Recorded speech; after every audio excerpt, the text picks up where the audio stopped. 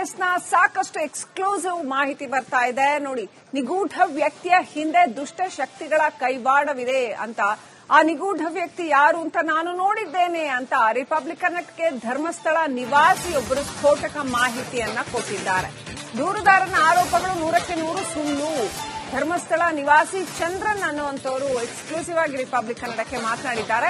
ಸುಳ್ಳು ಈ ಆರೋಪಗಳು ಅನ್ನುವಂಥದ್ದನ್ನ ಹೇಳಿದ್ದಾರೆ. ಆ ವ್ಯಕ್ತಿ ಯಾರು ಅಂತ ನನಗೆ ಗೊತ್ತು, ನಾನು ನೋಡಿದ್ದೀನಿ ಅಂತ ಕೂಡ ಹೇಳಿದ್ದಾರೆ. ಈ ನಿಗೂಢ ವ್ಯಕ್ತಿ ಯಾರು ಅನ್ನೋದು ತನಗೆ ಚೆನ್ನಾಗಿ ಗೊತ್ತು ಅಂತ ಚಂದ್ರನ್ ಅವರು ಹೇಳಿದ್ದಾರೆ.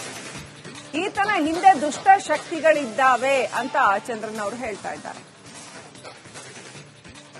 ಕಳೆದ 52 ವರ್ಷಗಳಿಂದ ಧರ್ಮಸ್ಥಳದಲ್ಲಿ ವಾಸ ಮಾಡಿ ಜೀವನ ಕಟ್ಕೊಂಡಿರುವಂತಹ ಚಂದ್ರನ್ ರವರೊಟ್ಟಿಗೆ ನಾನಿದ್ದೇನೆ. ಈ ಚಂದ್ರನ್ ರವರು ಈ ಸಂದರ್ಭಕ್ಕೆ ಯಾಕೆ ನಾವು ಮಾತಾಡಿಸಬೇಕಾದಂತ ಅನಿವಾರ್ಯತೆ ಇದೆ ಅಂದ್ರೆ, ಆ ಮುಸುಕುದಾರಿ ವ್ಯಕ್ತಿ, ಧರ್ಮಸ್ಥಳದ ಬುರುಡೆ ಪ್ರಕರಣದಲ್ಲಿ ಇರುವಂತಹ ಮುಸುಕುದಾರಿ ವ್ಯಕ್ತಿ ಯಾರಿರಬಹುದು ಅನ್ನೊಂದು ಶಂಕೆಗೆ ಇವರು ನೇರವಾದಂತ ಒಂದು ಉತ್ತರವನ್ನ ಕೊಡ್ತಾರೆ. ಯಾಕೆಂದ್ರೆ ಆ ವ್ಯಕ್ತಿಯ ಹಿನ್ನೆಲೆ ಆತ ಯಾರಿರಬಹುದು ಪೂರ್ಣ ಮಾಹಿತಿ ಚಂದ್ರನ್ ರವರಿಗಿದೆ. ಸರ್, ಈಗ ಎಲ್ರಿಗೂ ಮುಸುಕುದಾರಿ ಒಂದು ಹೇಳಿಕೆ ಕೊಟ್ಟ, ಮ್ಯಾಜಿಸ್ಟ್ರೇಟ್ ಮುಂದೆ ಮಾತಾಡಿದ, ಪತ್ರವನ್ನ ಕೊಟ್ಟ, ಕಳೆದ 3 ದಿನದಿಂದ ಇಲ್ಲಿ ಬರ್ತಾ ಇದ್ದಾನೆ, ಓಡಾಡ್ತಾ ಇದ್ದಾನೆ.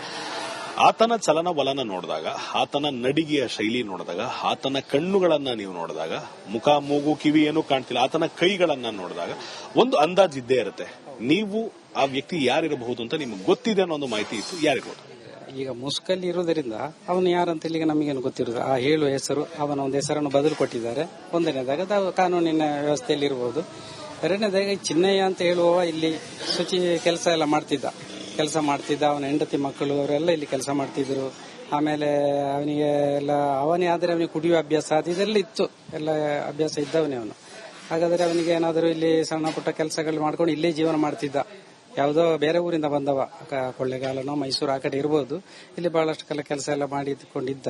ಆದರೆ ಇಲ್ಲಿದ್ದು ವ್ಯವಸ್ಥೆ ಎಲ್ಲ ಪಡೆದುಕೊಂಡು ಇಂತಹ ಒಂದು ಯಾರೋ ಹೇಳಿದ ಮಾತಿಗೆ ಅವನು ಒಪ್ಪಿಕೊಂಡನೋ ಅಲ್ಲದಿದ್ದರೆ ಈ ಹೆಣ್ಣಗಳ ವಿಷಯದಲ್ಲಿ ಹೇಳಲಿಕ್ಕೆ ಹೋದರೆ, ಯಾಕಂತ ಹೇಳಿದ್ರೆ 1-2 ಹೆಣ್ಣಗಳೆಲ್ಲಾದ್ರೂ ಹೂತಿರ್ಲಿಕ್ಕೆ ಬೇಕು. ಯಾಕಂದ್ರೆ ಕೊಲೆ ಮಾಡಿ ಅಲ್ಲ ಅಥವಾ ಅತ್ಯಾಚಾರ ಮಾಡಿ ಅಲ್ಲ. ಧರ್ಮಸ್ಥಳಕ್ಕೆ ಲಕ್ಷಾಂತರ ಜನ ಭಕ್ತಾದಿಗಳು ಬರುವುದರಿಂದ ಕೆಲವರು ಅನಾರೋಗ್ಯದಲ್ಲಿ ಸತ್ತಿರ್ತಾರೆ, ಕೆಲವು ಏನಾದರೂ ಆಗಿ ಸತ್ತಿರ್ತಾರೆ. ಆದರೆ ಅವರ ವಾರಿಸುದಾರರಿದ್ದರೆ ಅವರು ತಗೊಂಡು ಹೋಗ್ತಾರೆ. ಇಲ್ಲಿ ಧರ್ಮಸ್ಥಳದಲ್ಲಿ ಹೀಗೆ, ಇದು ಧರ್ಮಸ್ಥಳ ಅಂದ್ರೆ ನಾವು ಕಾಶಿ ಇದ್ದಾಗೆ. ಕೆಲವರು ಅದಿದ್ದು ಶಿವಕ್ಷೇತ್ರ. ಕೆಲವರು ನದಿಗೆ ಹಾರಿ ಆತ್ಮಹತ್ಯೆ ಮಾಡುವುದಿಲ್ಲ, ಯಾಕಂದ್ರೆ ಅವರೊಂದು ಮನಸ್ಸು ಮೋಕ್ಷ ಅಂತ ಹೇಳಿ. ಅದೇ ರೀತಿ ಕಾಲು ಜಾರಿ ಬಿದ್ದು ಸತ್ತಿರ್ತಾರೆ. ಅಂತದ್ದು ಅಡ್ರೆಸ್ ಅದೆಲ್ಲ ಸಿಕ್ಕಿದ್ರೆ ಪೊಲೀಸ್ ಮುಖಾಂತರ ಅಥವಾ ಅದಕ್ಕೆ ಸಂಬಂಧಪಟ್ಟ ಪಂಚಾಯತ್ ಅದರ ಅಧಿಕಾರಿಗಳ ಮುಖಾಂತರ ಅದಕ್ಕೆ ರವಾನೆ ಮಾಡುವಂತ ವ್ಯವಸ್ಥೆಗಳು ಮಾಡ್ತಾರೆ. ಮಾಡಲೇಬೇಕಲ್ಲ ಅವರು. ಇದು ಕಾನೂನಿಗೇನು ಅತೀತವಲ್ಲ ಈ ಕ್ಷೇತ್ರ. ಚಿನ್ನಯ್ಯ ಇರಬಹುದು ಅನ್ನೊಂದು ಶಂಕೆಯಲ್ಲಿ ನೀವು ಹೇಳ್ತಿರೋದ್ರಿಂದ, ಚಿನ್ನಯ್ಯ ಅನ್ನೋ ವ್ಯಕ್ತಿಗೆ ನಿಖರವಾಗಿ ಇದೇ ಜಾಗಗಳು ಅಂತ ತೋರಿಸೋದಕ್ಕೆ ಒಂದು ಆ ಜಾಗ ಪರಿಚಯ ಇರಬೇಕು. ಆತ ಒಂದಾದ್ರೂ ಆ ರೀತಿ ಕೆಲಸ ಮಾಡಿರಬೇಕು. ಅಷ್ಟು ಗಟ್ಟಿಯಾಗಿ ಆತ ಅಧಿಕಾರಿಗಳ ಮುಂದೆ ಹೇಳ್ತಿರೋಂಥದ್ದು. ಈ ಬೆಟ್ಟದ ಪ್ರದೇಶವನ್ನ ಹೊರತುಪಡಿಸಿ, ನದಿ ದಂಡೆಯ ಪ್ರದೇಶವನ್ನು ಹೊರತುಪಡಿಸಿ 13ನೇ ಸ್ಥಳ 9, 10, 11 ಇದೆರಡು ಕೂಡ ಬೆಂಗಳೂರು ಮತ್ತೆ ಧರ್ಮಸ್ಥಳ ಹೈವೇ ಪಕ್ಕದಲ್ಲೇ ಇರೋದ್ರಿಂದ ಇಲ್ಲಿ ಸಿಗುತ್ತೆ ಅಂತ ಅಷ್ಟು ಖಾತ್ರಿಯಿಂದ ಹೇಳ್ತಿದ್ದಾನೆ. ಅಂದ್ರೆ ಆತ ಒಂದು ನೋಡಿರ್ಲಿಕ್ಕುಂಟು, ಇಲ್ಲ ಆ ಕೆಲಸವನ್ನ ಮಾಡಿರ್ಲಿಕ್ಕುಂಟು. ಅದು ಮಾಡಿರೋ ಸಾಧ್ಯತೆ, ಕೆಲಸ ಮಾಡಿರೋ ಸಾಧ್ಯತೆ ಇದೆ. ಎಲ್ಲಿ ಹೂತಾಕಿರ್ಬೋದು ಏನಂತ ಹೇಳಿ ನಮಗೆ ಗೊತ್ತಿಲ್ಲ. ಅಂದ್ರೆ ಹೂತಾಕಿರ್ಬೋದು ಅಂದ್ರೆ ಏನು, ಅನಧಿಕೃತವಾದ ಯಾವುದು ಇಲ್ಲಿ ನಡೆಯುವುದಿಲ್ಲ ಧರ್ಮಸ್ಥಳದಲ್ಲಿ. ಅಕಸ್ಮಾತ್ ವಾರಿಸುದಾರರೇ ಇಲ್ಲದೆ ಈ ನದಿಯಲ್ಲೆಲ್ಲ ಬಿದ್ದು ಕೊಳತು ಆ ಶವವನ್ನೇ ತೆಗೀಲಿಕ್ಕೆ ಆಗುದಿಲ್ಲ. ಅದು ಅದೇ ನದಿಯಲ್ಲಿ ಬಿದ್ದು ಕೊಳತಿರಬಹುದು ಅಂತ ಹೇಳಲಿಕ್ಕೂ ಆಗುದಿಲ್ಲ. ಯಾಕಂದ್ರೆ ಇದು ನದಿ ಬಹಳ ವಿಶಾಲವಾಗಿದೆ. ಬೇರೆ ಊರಿಂದ ಯಾವುದೋ ನದಿಗಳಿಂದ ತೇಲಿ ಬಂದು ಇಲ್ಲಿ ತಡೆಗೋಡೆ ಸೇರ್ತದೆ. ಕೆಲವು ಸಲ ಈ ನದಿಗೆ ಏನಾದ್ರೂ ಬಿದ್ದದ್ದು ಎಲ್ಲೂ ಹೋಗಬಾರದು ಈ ಜನಗಳದಂತ ಉದ್ದೇಶದಲ್ಲಿ ಅದಕ್ಕೊಂದು ಬೇಲಿ ತರ ಮಾಡಿರ್ತಾರೆ. ಅದಕ್ಕೆ ಸಿಕ್ಕಿಕೊಂಡು ಮಾಂಸ ಎಲುಬೆಲ್ಲ ಬೇರೆ ಆಗಿದ್ದೆಲ್ಲ ಇರ್ಲಿಕ್ಕೆ ಸಾಧ್ಯತೆ ಉಂಟು. ಯಾವತ್ತೂ ಗಮನಕ್ಕೆ ಬರುತ್ತೆ. ಒಂದು ಇಲ್ಲೇ ಸತ್ತಿರಬಹುದು ಅಂತ ಹೇಳಲಿಕ್ಕೆ ಸಾಧ್ಯ ಇಲ್ಲ. ಅದು ಯಾವುದೋ ಊರಿನಲ್ಲಿ ಯಾವುದೋ ನದಿಯಲ್ಲಿ ಬಳ್ಳದಲ್ಲಿ ತೇಲಿಕೊಂಡು ಬಂದು ಎಲ್ಲೋ ಪುದೆಯಲ್ಲಿ ಸಿಕ್ಕಿಕೊಂಡು ಮತ್ತೆಷ್ಟೋ ಸಮಯಗಳ ನಂತರ ಈ ನದಿಗೆ ಬಂದಾಗ ಈ ನದಿಗೆ ಎಲ್ಲಾದ್ರೂ ಒಂದು ತಡೆಗಳಿರ್ತದೆ. ಇಲ್ಲಿ ಯಾಕಂತ ಹೇಳಿದ್ರೆ ಎಲ್ಲೋ ಒಂದು ನೇರವಾದ ವ್ಯವಸ್ಥೆ ಇದೆ. ಇಲ್ಲಿ ಏನಾದ್ರೂ ಬಿದ್ದರೂ ಸಿಗಬೇಕಂತ ಹೇಳಿ ಅದಕ್ಕೊಂದು ಬೇಲಿ ತರ ಎಲ್ಲ ಸಿಗ್ತದೆ. ಅದು ಯಾವತ್ತಾದ್ರೂ ಸಿಕ್ಕಿದ್ರೆ ಅಂಥದನ್ನು ಮುಟ್ಲಿಕ್ಕೆ ಸಾಧ್ಯ ಇಲ್ಲದಂತ ಪರಿಸ್ಥಿತಿಯಲ್ಲಿ ಮಾಡಿರ್ಲಿಕ್ಕೆ ಸಾಧ್ಯ. ಅದು ಅಂಥದ್ದು ಸಿಕ್ಕಿದೆ ಅಂತ ಹೇಳುದು ನಾನು ಕೇಳಿದ್ದೇನೆ. ಆದರೆ ಅದನ್ನು ಎಲ್ಲಿ ಅವರು ದಫನ ಮಾಡ್ತಾರೆ ಅಂತ ನಾನು ನೋಡ್ಲಿಕ್ಕೆ ಹೋಗುದಿಲ್ಲ. ಅಂದ್ರೆ ಅದೇನು ಕೊಲೆಗಿಲೆ ಅಲ್ಲಲ್ಲ, ಅದಕ್ಕೆ ಹೋಗುದು. ನಾನು ಕೇಳ್ತಿರೋದು ಈ ಚಂದ್ರನ್ ಬರೆದಿರುವಂತ ದೂರಿನ, ಚಂದ್ರನ್ ಅಂತೀನಿ, ಈ ಚಿನ್ನಯ್ಯ ಅನ್ನೋ ಒಂದು ವ್ಯಕ್ತಿ ಅಥವಾ ಅನಾಮಧೇಯ ವ್ಯಕ್ತಿ ಬರೆದಿರುವಂತ ದೂರಿನಲ್ಲಿ ಪ್ರಭಾವಿ ಕುಟುಂಬ ಅಂತ ಬಳಸಿದ್ದಾನೆ. ಹಾಗಾದ್ರೆ ಇಲ್ಲಿ ನೇರವಾದ ಆರೋಪ ಪ್ರಭಾವಿ ಕುಟುಂಬ ಅಂದ್ರೆ ಯಾರ ಮೇಲೆ ಮಾಡ್ತಿದ್ದಾನೆ ಅಂತ ಎಲ್ರಿಗೂ ಗೊತ್ತಿದೆ. ಆ ಕುಟುಂಬದಿಂದ ಯಾರು ಕೂಡ ಇದ್ರ ಬಗ್ಗೆ ಮಾತಾಡ್ಲಿಕ್ಕೂ ಹೋಗಿಲ್ಲ. ಆ ಕುಟುಂಬದ ವಿರುದ್ಧ ಈತನಿಗಿರುವಂತ ವೈಷಮ್ಯ ಏನಿರಬಹುದು, ದ್ವೇಷ ಏನಿರಬಹುದು. ಆತ ಹೇಳಿದಂತೆ ಪತ್ರದಲ್ಲಿ 100 ಹೆಣ್ಣು ಮಕ್ಕಳು ಅಂತ ಹೇಳಿದ್ದಾರೆ. ಆ ಕುಟುಂಬದ ಕೆಲಸವೇ ಅದು ಅನ್ನೋ ರೀತಿ ಬರ್ದಿದ್ದಾನೆ ಅಂದಾಗ ಯಾವ ಕಾರಣಕ್ಕೆ ಈ ರೀತಿ ಆತ ಆರೋಪ ಮಾಡ್ತಿರ್ಬೋದು? ಇಲ್ಲಿ ಕೆಲಸ ಮಾಡ್ತಿರುವಾಗ ಇಲ್ಲಿ ಎಲ್ಲೋ ಚಿನ್ನ ಕಳವಾಗುವುದು, ಏನಾದ್ರು ಕಳ್ಳತನದಲ್ಲ, ಕೆಲವು ಕಳ್ಳತನದಲ್ಲೂ ಭಾಗಿ ಅನ್ನೋದನ್ನು ನಾನು ಹೇಳುದು ಕೇಳಿದ್ದೇನೆ. ಯಾಕಂದ್ರೆ ನಾನು ಈಗ ಧರ್ಮಸ್ಥಳದಲ್ಲಿ ಇರುವುದು. ಇದು ಧರ್ಮಸ್ಥಳ ಗ್ರಾಮ, ನಾನು ಈ ಗ್ರಾಮಸ್ಥ. ನೇತ್ರಾವತಿಗೂ ಇಲ್ಲಿಗೂ ನಿಜವಾಗಿ 3.5 ಕಿಲೋಮೀಟರ್ ಇದೆ. ಈ 3.5 ಕಿಲೋಮೀಟರ್ ಅಲ್ಲಿ ಯಾರಾದ್ರೂ ಇಲ್ಲಿ ಬಂದಾಗ ಹೇಳುವ ಗೊತ್ತಾಗುತ್ತೆ, ಚಿನ್ನೆ ಅಂತ ಹೇಳೋ ನೇನು ಅಲ್ಲಿ ಇದಾಗಿದೆ ಹಾಗಾಗಿದೆ. ಅವನು ಯಾರಾದ್ರೂ ಈ ದುರ್ಜನರ ಜೊತೆ ಸೇರಿಕೊಂಡು ಅವ್ರ ಹತ್ರ ಹೇಳ್ಬಹುದು. ಯಾಕಂದ್ರೆ ನಾನು ಅಲ್ಲಿ ಕೆಲಸಕ್ಕಿರುವಾಗ ಅಲ್ಲಿ ಹೆಣಗಳನ್ನೆಲ್ಲ ಹೂತಿದ್ದೇನೆ, ಆ ಹೆಣಗಳನ್ನು ಹೂತಿದ್ದೇನೆ ಅಂತ ನಾನು ಹೇಳಿರ್ಬೋದು ಅಷ್ಟೇ ಹೊರತು ಮತ್ತೆ ಕೊಲೆಗಳನ್ನು ಮಾಡಿದ್ದು ಮತ್ತೆ ಸೇರಿಸಿರ್ತಾರೆ. ಈಗ ಆತ ಹೇಳ್ತಿರೋದು ಕಲ್ಲೇರಿ ಪೆಟ್ರೋಲ್ ಬಂಕ್ ವಿಚಾರವಾಗಿ ನಾವು ನೋಡಿದಾಗ ಆ ಪತ್ರವನ್ನು ನಾನು ಓದಿದ್ದೀನಿ, ನೀವು ಓದಿದ್ದೀರಾ.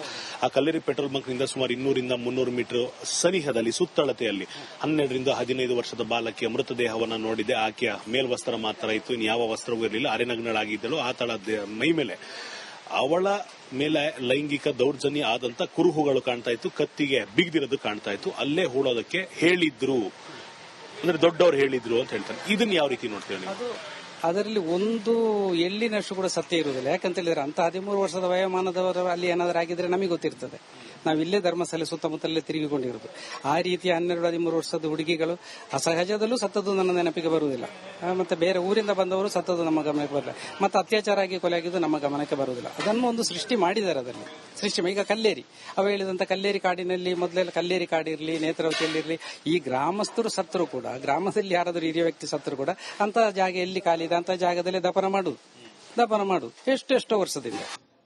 ಇನ್ನು ಈ ತಲೆಬುರುಡೆ ಕೇಸ್ನ ಸಾಕಷ್ಟು ಎಕ್ಸ್ಕ್ಲೂಸಿವ್ ಮಾಹಿತಿ ಬರ್ತಾ ಇದೆ. ನೋಡಿ, ನಿಗೂಢ ವ್ಯಕ್ತಿಯ ಹಿಂದೆ ದುಷ್ಟ ಶಕ್ತಿಗಳ ಕೈವಾಡವಿದೆ ಅಂತ, ಆ ನಿಗೂಢ ವ್ಯಕ್ತಿ ಯಾರು ಅಂತ ನಾನು ನೋಡಿದ್ದೇನೆ ಅಂತ ರಿಪಬ್ಲಿಕನ್ಗೆ ಧರ್ಮಸ್ಥಳ ನಿವಾಸಿಯೊಬ್ಬರು ಸ್ಫೋಟಕ ಮಾಹಿತಿಯನ್ನ ಕೊಟ್ಟಿದ್ದಾರೆ.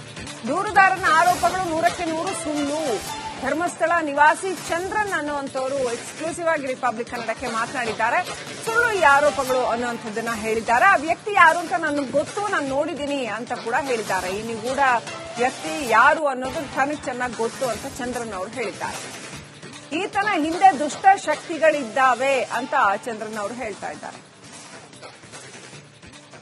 ಕಳೆದ 52 ವರ್ಷಗಳಿಂದ ಧರ್ಮಸ್ಥಳದಲ್ಲಿ ವಾಸ ಮಾಡಿ ಜೀವನ ಕಟ್ಕೊಂಡಿರುವಂತಹ ಚಂದ್ರನ್ ರವರೊಟ್ಟಿಗೆ ನಾನಿದ್ದೇನೆ. ಈ ಚಂದ್ರನ್ ರವರು ಈ ಸಂದರ್ಭಕ್ಕೆ ಯಾಕೆ ನಾವು ಮಾತಾಡಿಸಬೇಕಾದಂತ ಅನಿವಾರ್ಯತೆ ಇದೆ ಅಂದ್ರೆ, ಆ ಮುಸುಕುದಾರಿ ವ್ಯಕ್ತಿ, ಧರ್ಮಸ್ಥಳದ ಬುರುಡೆ ಪ್ರಕರಣದಲ್ಲಿ ಇರುವಂತಹ ಮುಸುಕುದಾರಿ ವ್ಯಕ್ತಿ ಯಾರಿರಬಹುದು ಅನ್ನೊಂದು ಶಂಕೆಗೆ ಇವರು ನೇರವಾದಂತ ಒಂದು ಉತ್ತರವನ್ನ ಕೊಡ್ತಾರೆ. ಯಾಕೆಂದ್ರೆ ಆ ವ್ಯಕ್ತಿಯ ಹಿನ್ನೆಲೆ, ಆತ ಯಾರಿರಬಹುದು, ಪೂರ್ಣ ಮಾಹಿತಿ ಚಂದ್ರನ್ ರವರಿಗಿದೆ. ಸರ್, ಈಗ ಎಲ್ರಿಗೂ ಮುಸುಕುದಾರಿ ಒಂದು ಹೇಳಿಕೆ ಕೊಟ್ಟ, ಮ್ಯಾಜಿಸ್ಟ್ರೇಟ್ ಮುಂದೆ ಮಾತಾಡಿದ, ಪತ್ರವನ್ನ ಕೊಟ್ಟ, ಕಳೆದ 3 ದಿನದಿಂದ ಇಲ್ಲಿ ಬರ್ತಾ ಇದ್ದಾನೆ, ಓಡಾಡ್ತಾ ಇದ್ದಾನೆ.